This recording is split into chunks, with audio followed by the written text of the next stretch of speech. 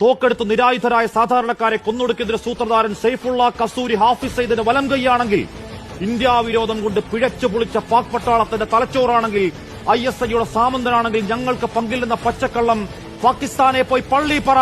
മറന്നവരാണ് നിങ്ങൾ. പരാജയത്തിൽ ഉളുപ്പില്ലാതെ മുട്ടുകുത്തി ജീവന് വേണ്ടി തണ്ടിയ മേധാവി നിയാസയെ ഞങ്ങൾ വെറുതെ വിട്ട നാണം കിട്ട ചരിത്രം.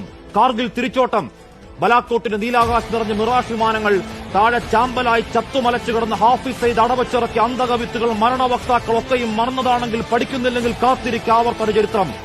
ചോര കൊണ്ട് അശനിവാദം ഈ മഹാരാജ്യത്തിന്റെ പ്രതികാരം തടുക്കാൻ നിങ്ങളുടെ സൈനിക മേധാവി ഉണ്ടല്ലോ. ഇന്ത്യ വിരോധം തലയ്ക്ക് പിടിച്ച് വട്ടായൊരുത്തൻ അസീം മുനീർ, അയാളും അയാളുടെ കൂലിപ്പട്ടാളവും കുറച്ചുകൂടി മൂക്കണം. ചെറുക്കാമെങ്കിൽ ചെറുക്ക്.